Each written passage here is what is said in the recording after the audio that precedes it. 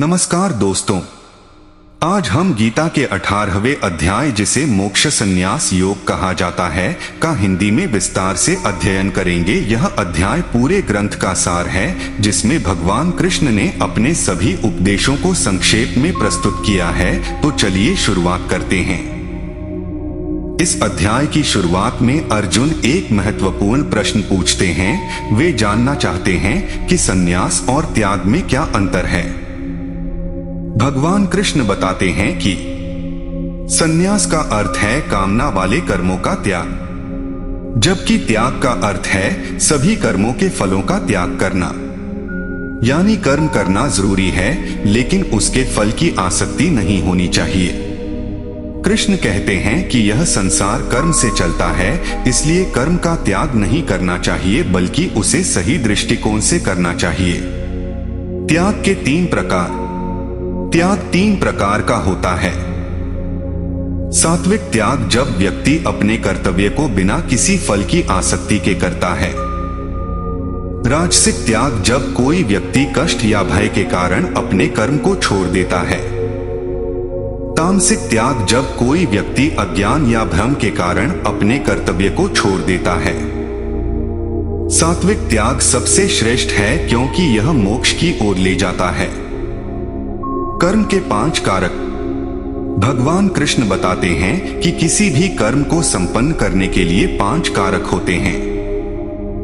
पहला है अधिष्ठान यानी शरीर, दूसरा है कर्ता यानी आत्मा, तीसरा है करण यानी हमारी इंद्रिया, चौथा है चेष्टा यानी प्रयास और 5वां है दैव यानी भाग्य।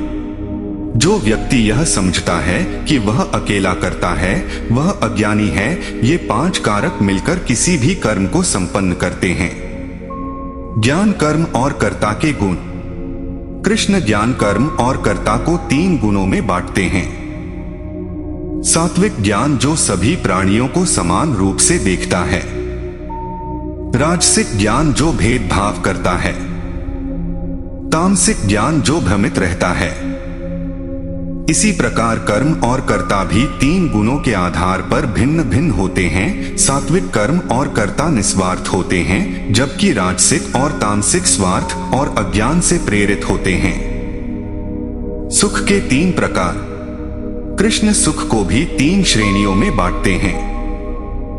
सात्विक सुख जो शुरुआत में कठिन लगता है लेकिन अंत में अमृत के समान होता है।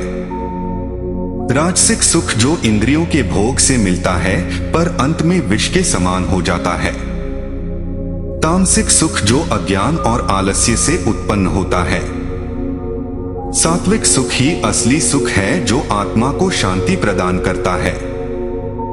वर्णों के कर्म और स्वधर्म का महत्व। कृष्ण वर्णों के कर्मों का वर्णन करते हैं। ब्राह्मण, क्षत्रिय, वैश्य और शूद्र अपने अपने स्वभाव के अनुसार कर्म करते हैं। वे कहते हैं कि अपना स्वधर्म यानी अपनी प्रकृति के अनुसार कर्म करना ही श्रेष्ठ है, भले ही वह कर्म साधारण क्यों न हो। कर्मयोग का महत्व। कृष्ण कहते हैं कि जो व्यक्ति बिना आसक्ति के कर्म करता है वह मोक्ष की प्राप्ति करता है। वे अर्जुन से कहते हैं कि सभी कर्मों को त्याग कर उनकी शरण में आओ, यह आत्मसमर्पण ही मोक्ष का मार्ग है। गीता का सार और अंतिम उपदेश। कृष्ण इस अध्याय में गीता के सार को दोहराते हैं। वे कहते हैं कि जो व्यक्ति भगवान की शरण में आता है उसे किसी प्रकार का भय नहीं रहता। गीता का उद्देश्य है आत्मा को शरीर से अलग समझना और आत्मज्ञान प्राप्त करना। अंत में संजय धृतराष्ट्र से कहते हैं कि जहां भगवान कृष्ण और अर्जुन जैसे वीर हैं वहां विजय और धर्म निश्चित है। तो दोस्तों, यह था गीता के 18वें अध्याय का सार। अगर आपको हमारा यह वीडियो पसंद आया हो तो लाइक और सब्सक्राइब जरूर करें।